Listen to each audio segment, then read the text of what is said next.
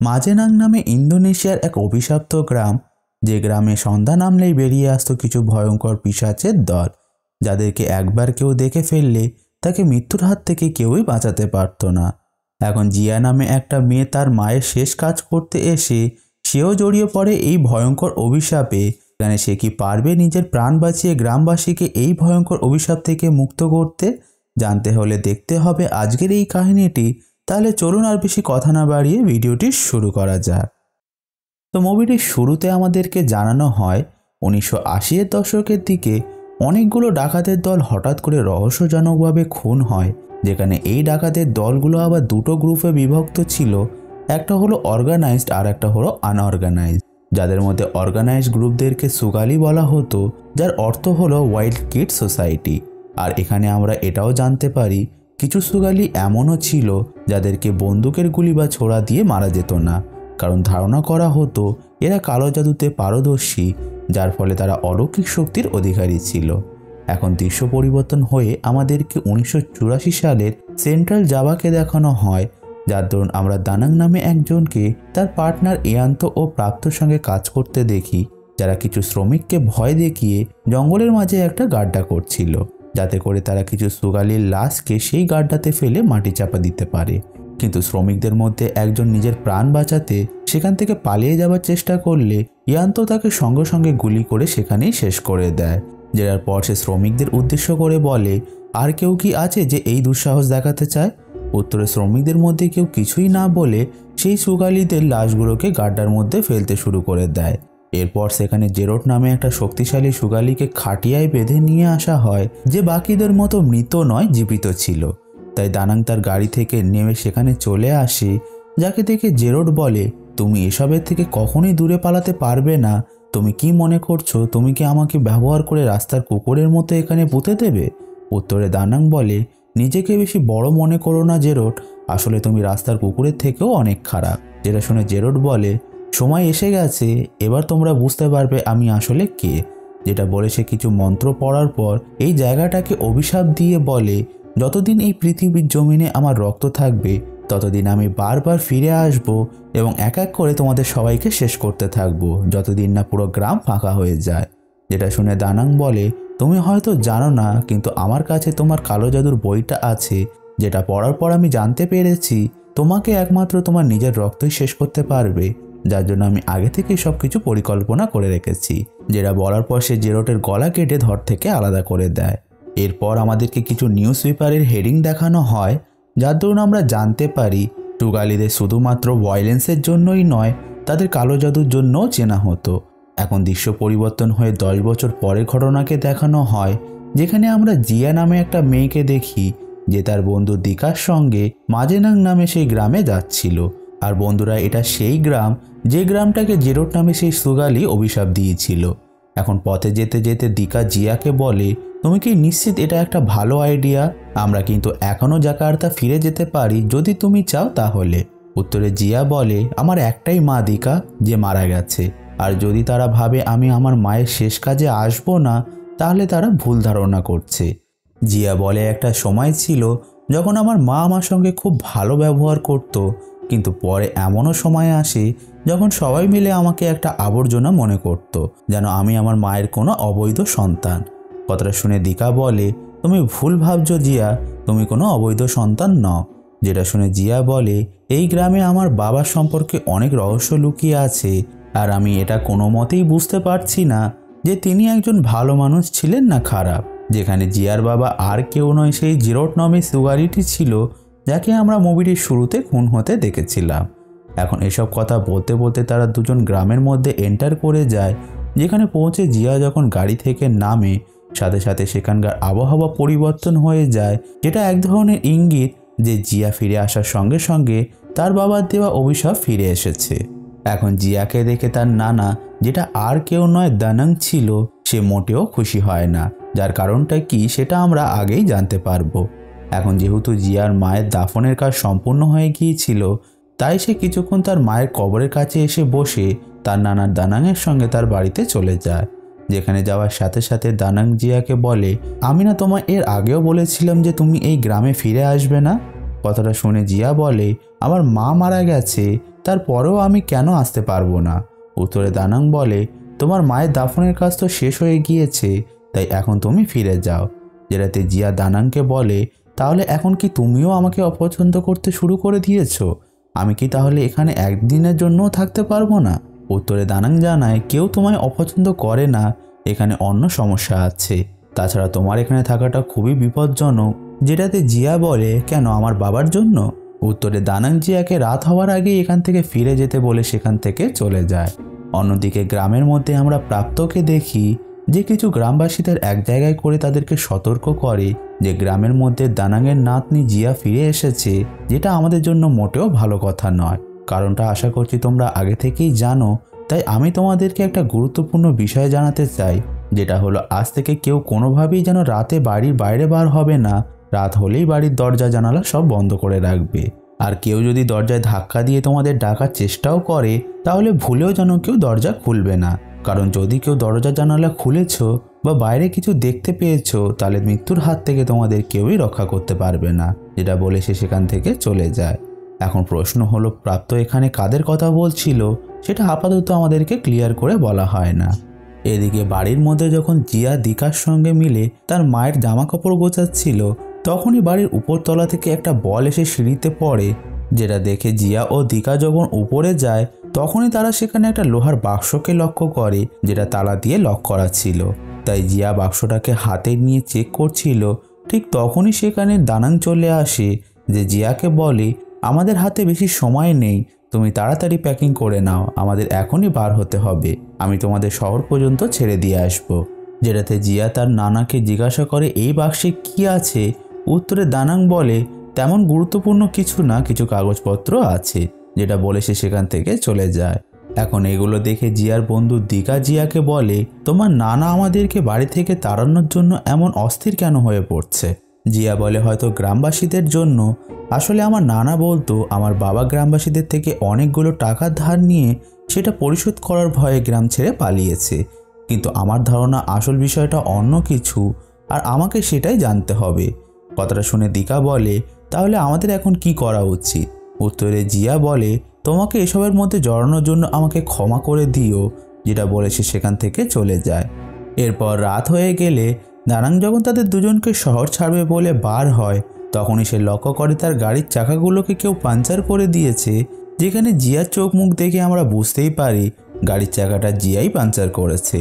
এখন বিষয়টা দেখে দানাং প্রচণ্ড রেগে যায়, যে বাড়ির ভিতর থেকে তার শটগান বার করে নিয়ে জিয়াকে বাড়ির মধ্যেই থাকতে বলে দিকাকে তার সঙ্গে যেতে বলে।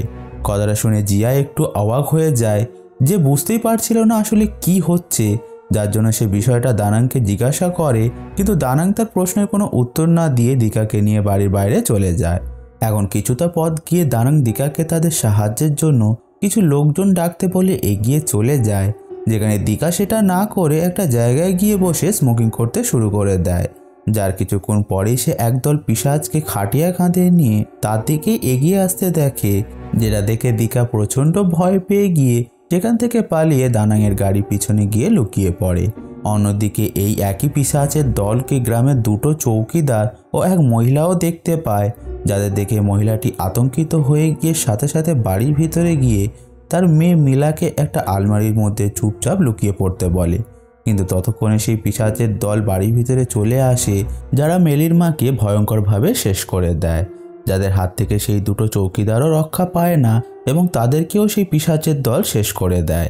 এদিকে দিঘা যে গাড়ির পিছনে লুকিয়েছিল তার কাছে হঠাৎ করে জিয়া চলে আসে, যাকে দেখে সে প্রথমে তো প্রচণ্ড ভয় পেয়ে যায়, কিন্তু তারপরেই সে উঠে দাঁড়িয়ে জিয়াকে বলে, আমাদের এখনই এই গ্রাম ছেড়ে পালিয়ে যেতে হবে, নাহলে সেই পিশাচের দল আমাদেরকে মেরে ফেলবে।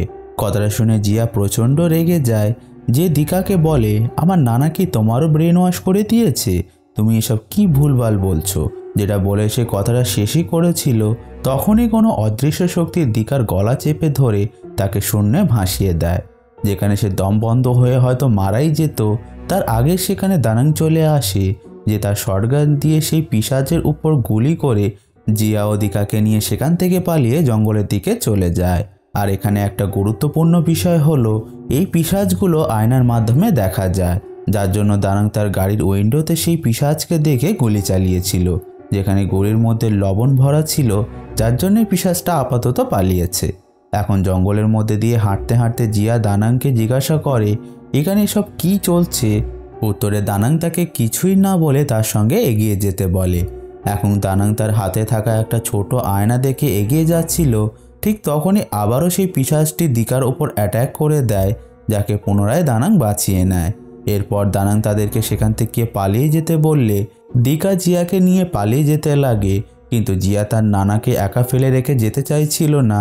তাই দিকা কোনোভাবে তাকে বোঝায় যে একমাত্র তার নানাই এই পিশাচদের সঙ্গে লড়তে পারবে, তারা নয়। তাই তাদেরকে এগিয়ে গিয়ে একটা বাড়ি খুঁজতে হবে যেখানে ফোন আছে, যাতে করে তারা সাহায্য ডাকতে পারে। এখন কথাটা শুনে জিয়া একটু শান্ত হয় এবং দিকাকে বলে তারা তার বন্ধু মেলির বাড়িতে যেতে পারে, যেটা বলে তারা দুজন মেলি নামে সেই মেয়েটির বাড়িতে চলে যায়। যেখানে পৌঁছে জিয়া মেলির মায়ের মৃতদেহকে দেখে প্রচণ্ড ভয় পেয়ে চিৎকার করে ওঠে, যাকে দিকা শান্ত করে। ঠিক তখনই সামনে থাকা আলমারি থেকে কারোর কান্নার আওয়াজ আসতে লাগে, যেটা শুনে তারা দুজন যখন আলমারিটাকে খোলে তখনই ভিতর থেকে মেলি বেরিয়ে আসে, যে কাঁদতে কাঁদতে জিয়াকে জড়িয়ে ধরে। এরপর তারা বাড়ি থেকে বার হয়ে কিছুটা পথ এগিয়ে গেলেই তারা তাদের সামনে কিছুটা দূরে একটা গাড়িকে আসতে দেখে যখন সেই গাড়িটাকে থামানোর জন্য হাত দেখাতে লাগে, ঠিক তখনই পাশের জঙ্গল থেকে সেই পিশাচের দল খাটিয়া কাঁধে চলে আসে, যারা দিকাকে ধরে ফেলে সেখানেই শেষ করে দেয়, যেটাতে জিয়া প্রচণ্ড ভেঙে পড়ে এবং সেখানেই বেহুশ হয়ে যায়। অন্যদিকে একই সময় আমাদেরকে প্রাপ্তকে দেখানো হয়, যার বাড়িতে দানাং চলে আসে, যে তাকে তার সঙ্গে যেতে বললে প্রাপ্ত বলে আমি আমার স্ত্রীকে এইভাবে একা ফেলে রেখে যেতে পারবো না।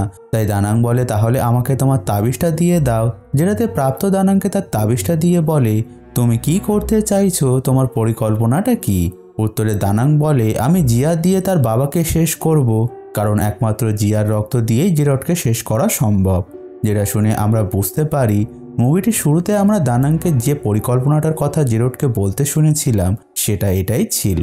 এখন দানাং প্রাপ্তর কাছে কিছু সল্টেড বুলেট নিয়ে তাকে বাড়ির দরজা ভালো করে বন্ধ রাখতে বলে সেখান থেকে বেরিয়ে যায়। এরপর আমাদেরকে ইয়ান্তকে দেখানো হয় যে জিয়া ও তার বন্ধু মেলিকে কিডন্যাপ করে তার আড্ডায় নিয়ে আসে, যে জিয়াকে বলে সে এতদিন তার জন্যই অপেক্ষা করছিল। আর বন্ধুরা ইয়ান্ত সেই ব্যক্তি যাকে আমরা মুভিটির শুরুতে দানাংয়ের সঙ্গে মিলে জেরাট ও বাকি সুকালীদের শেষ করে কবর দিতে দেখেছিলাম। এখন ইয়ান্ত ঠিক একই ধরনের তাবিজ যেটা প্রাপ্তর কাছে ছিল সেটা জিয়ার গলায়ও লক্ষ্য করে, তাই সে সেটাকে খুলে নিলে জিয়া জিজ্ঞাসা করে এটাতে কি হয়। উত্তরে ইয়ান্ত বলে তার বাবা আজ থেকে 10 বছর আগে এই গ্রামটাকে একটা অভিশাপ দিয়েছিল, যেটার থেকে এই তাবিজটাই রক্ষা করতে পারে। আর এটা বলার পর সে জিয়াকে পুরো ঘটনা জানায় যে কিভাবে তার নানা তার বাবার গলা কেটে তাকে শেষ করেছিল, কিন্তু যেহেতু তার বাবা কালো জাদু করত তাই তাকে শেষ করা সহজ ছিল না। যেখানে মরার আগে জেরট এই গ্রামটাকে একটা অভিশাপ দিয়ে বলেছিল যতদিন তার রক্ত এই গ্রামের জমিনে থাকবে ততদিন সে বারবার ফিরে আসবে এবং এই গ্রামের মানুষকে এক এক করে শেষ করে পুরো গ্রামটাকেই শূন্য করে দেবে। তাই যেখান থেকে সে এই গ্রামে এসে পা রেখেছে তখন থেকেই তার বাবার অভিশাপটা ট্রিগার হয়ে সেই সমস্ত সোগালীদের আত্মা কবর থেকে উঠে এসেছে।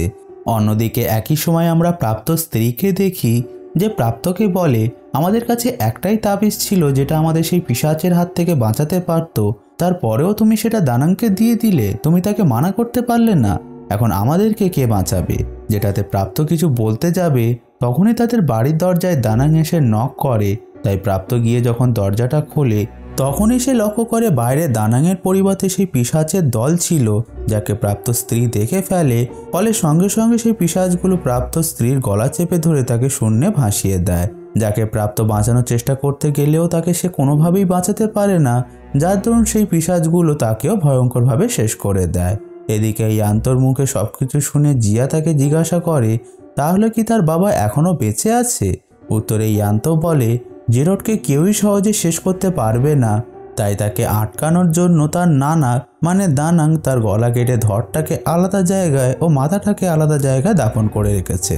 আর জেরটকে সম্পূর্ণভাবে শেষ করার একটাই উপায় আছে, যেটা জিয়া নিজেই, মানে জিয়াই একমাত্র তার বাবাকে শেষ করতে পারবে, যেটা তার বাবার নিজের অভিশাপের কারণেই ছিল। আর এটা করার জন্য তাকে তার বাবার মাথা ও দেহকে খুঁজে সেটাকে একসঙ্গে জুড়ে কোনো ধারালো অস্ত্রতে তার নিজের রক্ত লাগিয়ে স্ট্যাব করতে হবে, তাহলেই অভিশাপটা ধ্বংস হয়ে তার বাবাও সম্পূর্ণভাবে শেষ হয়ে যাবে। আর এই পরিকল্পনাটাই তার নানা আগে থেকে করে রেখেছে। এখন এসব শুনে জিয়া বলে তার নানা তো ভালো মানুষ। উত্তরে ইয়ান্ত বলে তার নানা মোটেও ভালো মানুষ নয়। আসলে সে নিজেই সুগারীদের নির্দেশ দিয়েছিল মানুষের উপর জুলুম করতে, যে কখনোই গ্রামবাসীদের কথা ভাবেনি। এছাড়া জিয়া এখনও বেঁচে আছে তার কারণ সে এই তাবিজটা পড়েছিল তাই, যেটা তার নিজের বাবার দাঁত দিয়ে তৈরি। আর এই একই ধরনের তাবিজ দানাং শুধুমাত্র 3টেই বানিয়েছিল, যার মধ্যে একটা সে নিজের কাছে রেখেছে, আর বাকিগুলো একটা তোমাকে দিয়েছে আর একটা প্রাপ্তকে, আর বাকিদের সে মরার জন্য ছেড়ে দিয়েছে। ইয়ান্ত বলে সে নিজেকেও এই পিশাচের হাত থেকে বাঁচানোর জন্য তার দুটো চোখই অন্ধ করে নিয়েছে, যাতে করে সে তাদেরকে দেখতে না পারে, কারণ যে তাদেরকে একবার দেখবে তাদের মৃত্যু নিশ্চিত হয়ে যাবে। এখন এগুলো শুনে জিয়া বলে আমাকে এখান থেকে যেতে দাও, যাতে করে আমি এসব আটকাতে পারি। কিন্তু কথাটা শুনে ইয়ান্ত বলে এগুলো কে আটকাতে চায়? আসলে আমি তো এগুলো হতে দিতে চাই, কারণ এই গ্রামে পাপীদের সংখ্যা বেড়ে গেছে, যাদের মধ্যে সেও একজন। এরপর ইয়ান্ত জিয়ার উপর গান পয়েন্ট করে বলে তাকে এখন মরতে হবে, যাতে সে এই অভিশাপটাকে শেষ করতে না পারে। যেটা বলে সে গুলি চালাতে যাবে, তখনই জিয়া তাকে লাথি মেরে দূরে সরিয়ে দেয়, যেটাতে ইয়ান্ত লক্ষ্যভ্রষ্ট হয়। এখন গুলি চালানোর আওয়াজ শুনে দানাং সেখানে চলে আসে, যে ইয়ান্তকে খুব মারধর করে তাকে হয়তো মেরেই ফেলতো। তার আগে জিয়া দানাংকে থামিয়ে দিয়ে তাকে ছেড়ে দিতে বলে। এরপর দানাং জিয়ার হাত পায়ের বাঁধন খুলে তাকে সেখান থেকে নিয়ে চলে যেতে লাগে, যার দরুন জিয়া তার নানাকে বলে সে সব কিছু জেনে গিয়েছে যে এই গ্রামটা তার জন্যই অভিশপ্ত হয়েছে। এখন কথাটা শুনে দানাং বলে ভালোই হয়েছে তুমি সব জেনে গিয়েছো। যেটা বলার পর সে একটা ছোরা বার করে জিয়ার হাতে কিছুটা কেটে নিয়ে তার রক্ত সেটাতে লাগিয়ে নিয়ে বলে এই রক্তমাখা ছোরা দিয়ে তুমি তোমার বাবাকে শেষ করবে। কিন্তু দানাংয়ের কথায় জিয়া রাজি হয় না, যে বলে আজ 10 বছর পর আমি আমার বাবার সঙ্গে দেখা করতে চলেছি, আর তুমি বলছো আমি আমার বাবাকে শেষ করে দিই? না, আমি এটা করতে পারবো না। যেটাতে দানাং বলে কোনো সমস্যা নেই, তুমি কাজটা না করলেও আমি করে দেব। আমার শুধু তোমার রক্তের প্রয়োজন ছিল, যেটা আমি পেয়ে গিয়েছি। আর এটা বলে সে জিয়াকে নিয়ে তার বাড়িতে চলে আসে, কারণ সে জেরটের দেহকে তার বাড়ির পিছনে দাফন করে রেখেছিল। এখন এটা জানার পর জিয়া দানাংকে বলে তোমার কি এখনও নিজেকে নিয়ে অপরাধবোধ মনে হচ্ছে না? আর কত মানুষ মারার পর তোমার অপরাধবোধ মনে হবে? তাছাড়া তুমি নিজেই তো সেই সুগালীদের নির্দেশ দিয়েছিলে মানুষের উপর জুলুম চালাতে, তাহলে পরে আবার তুমিই কেন তাদের ধরে ধরে শেষ করেছো? উত্তরে দানাং বলে আমি যা করেছি সেটা গ্রামবাসীদের ভালোর জন্যই করেছি। তাদেরকে বাঁচানোর জন্যই আমি তোমাকে গ্রাম থেকে দূরে পাঠিয়ে দিয়েছিলাম, যাতে সব কিছু ঠিকঠাক থাকে। কিন্তু তুমি আমার কথা অমান্য করে এখানে ফিরে আসার জন্যই এই সব শুরু হয়েছে। যেটা শুনে জিয়া বলে হ্যাঁ, এসব আমার জন্যই হয়েছে। আমার জন্যই গ্রামবাসীর সঙ্গে সঙ্গে দিকাও মারা গিয়েছে, তাই আমারই মরে যাওয়া উচিত। যেটা বলে সে তার গলায় থাকা তাবিজটাকে খুলে ফেলে দেয়, যার সাথে সাথেই একটা পিশাচ তার উপর অ্যাটাক করে দিলে দানাং তাকে বাঁচিয়ে নেয়। এরপর দানাং দ্রুত বাড়ির পিছনে গিয়ে জেরটের দেহকে বার করে তার মাথাটাকে দেহর সঙ্গে জুড়ে দেয়, যেখানে জেরটের মাথাটা সেই লোহার বাক্সের মধ্যেই ছিল, যেটাকে আমরা শুরুতে জিয়াকে খুঁজে বার করতে দেখেছিলাম। এখন দানাং তার কাছে থাকা সেই রক্তমাখা ছোরা দিয়ে জেরটের দেহকে স্ট্যাব করতে যাবে, তার আগেই পিছন থেকে ইয়ান্ত চলে এসে দানাংয়ের উপরে অ্যাটাক করে দেয়। অন্যদিকে একই সময় জিয়াকে তার বাবার ক্রোমোডিও মেরে ফেলতে যাবে, তখনই তার আত্মা নিজের শরীরে ফিরে যায়, যার সাথে সাথে তার দেহ পুরো আগের মতোই হয়ে যায়। এখন বিষয়টা বুঝতে পেরে ইয়ান্ত জেরটের কাছে ক্ষমা চাইতে লাগে, কিন্তু তাতে কোনো লাভ হয় না এবং জেরট তাকে ভয়ঙ্করভাবে মেরে ফেলে। এরপর সে দানাংয়ের কাছে গিয়ে সেই সমস্ত কথা রিভিল করে, যেটা দানাং তার সঙ্গে করেছিল। আসলে জেরট ডাকাতির সঙ্গে সঙ্গে কালো জাদুও করত, যেটা দানাং জানতে পারার পর সে তাকে না আটকে তাকে আরও বেশি বেশি করে কালো জাদু শেখার উৎসাহ দেয়, যার মানে হলো এই সমস্ত কিছুর মূলে দানাংই ছিল। কিন্তু এখানে একটা শকিং বিষয় দানাংও রিভিল করে যে সেও এই সমস্ত কিছু অন্যজনের অর্ডারে করেছে, কিন্তু সেই ব্যক্তিটা কে সেটা আমাদেরকে মুভিতে ক্লিয়ার করে বলা হয় না। এখন এই সব কথাবার্তার দরুন সেখানে জিয়া চলে আসে, যে তার বাবার কাছে এসে তাকে এসব থামিয়ে দিতে বলে জড়িয়ে ধরে, কিন্তু জেরট বলে এখন আর কোনো লাভ নেই, সে তার প্রতিশোধ না নিয়ে থামবে না। যেটা বলেছে জিয়াকে দূরে সরিয়ে দিয়ে দানাংকে মারতে যাবে, তার আগে জিয়া সেখানে পড়ে থাকা একটা ছোড়াতে নিজের রক্ত লাগিয়ে তার বাবার বুকে সেটা ঢুকিয়ে দেয়, যার সাথে সাথে জেরট সেখানেই শেষ হয়ে যায়। এরপর জিয়া তার নানা মানে দানাংকে নিয়ে সেখান থেকে বার হবে, তখনই সেখানে বন্দুক হাতে জিয়ার বন্ধু মেলি চলে আসে, যে জিয়ার দিকে গান পয়েন্ট করে বলে সে তাদের সমস্ত কথা শুনে নিয়েছে আর সে এটাও বুঝে গিয়েছে যে গ্রামে এই অভিশাপটা জিয়ার জন্যই শুরু হয়েছে, যার জন্য গ্রামবাসীর সঙ্গে সঙ্গে তার মাও মারা গেছে। তাই বদলা নেওয়ার জন্য সে জিয়াকে গুলি করে দেয়, যেটা দেখে দানাং একটা অস্ত্র দিয়ে মেলির গলায় আঘাত করে তাকে সেখানেই শেষ করে দেয়, যার সাথে সাথে সে নিজেও মারা যায়। এদিকে জিয়াও তার শেষ নিঃশ্বাস ফেলছিল, ঠিক তখনই তার সেই ছোড়ার কথা মনে পড়ে যায় যাতে তার বাবার অভিশপ্ত রক্ত লেগেছিল। তাই সে সাথে সাথে সেই রক্তটাকে নিজের জিভে লাগিয়ে নেয়, যার দরুন আমরা তার চোখ দুটোকেও তার বাবার মতো জ্বলে উঠতে দেখি। এরপর দৃশ্য পরিবর্তন হয়ে আমাদেরকে পরের দিন সকালের ঘটনাকে দেখানো হয়, যেখানে আমরা জিয়াকে পথের মাঝখান দিয়ে হেঁটে হেঁটে কোথাও যেতে দেখি, যার শরীরের ক্ষতগুলো নিজে নিজেই ঠিক হয়ে যাচ্ছিল, যার মানে হলো কোথাও না কোথাও তার বাবার শক্তি জিয়ার মধ্যেও চলে এসেছিল। এরপর মুভিটির মিড ক্রেডিট সিনে আমরা একটা স্যুট বুট পরা লোককে ডানাংয়ের বাড়িতে আসতে দেখি, যে জেরটের মৃতদেহকে তার লোকজনের দ্বারা নিয়ে চলে যায়, যেটার সাথে সাথে মুভিটি এখানেই শেষ হয়ে যায়। তো বন্ধুরা, এটাই ছিল ক্রোমেলিও দ্য হন্টিং মুভির ফুল এক্সপ্লেনেশন। আশা করছি এই ভিডিওটা আপনাদের ভালো লেগেছে। এখন আপনাদের প্রশ্ন হতে পারে মুভিটির শেষ সিনে দেখা এই স্যুট পরা লোকটা কে? তো আমার ধারণা এটা সেই ব্যক্তি যে দানাংকে অর্ডার দিয়ে এই সমস্ত ঘটনা ঘটিয়েছিল। তো বন্ধুরা, আজকের ভিডিওতে এই পর্যন্তই। ভিডিওটি আপনাদের ভালো লেগে থাকলে ভিডিওটিকে লাইক করুন, বেশি বেশি করে শেয়ার করে বন্ধুদেরকেও ভিডিওটা দেখার সুযোগ করে দিন। সঙ্গে মুভিটিকে নিয়ে আপনাদের কোনো প্রশ্ন থাকলে কমেন্ট করে জানাতে পারেন। এছাড়া প্রতি সপ্তাহে এমনই ভিডিও পেতে চ্যানেলটিকে সাবস্ক্রাইব করে পাশে থাকা বেল আইকনটিকেও প্রেস করে দিন। তাহলে আমি আবারও আসবো এমনই কিছু ইন্টারেস্টিং ভিডিও নিয়ে। Till then, keep watching.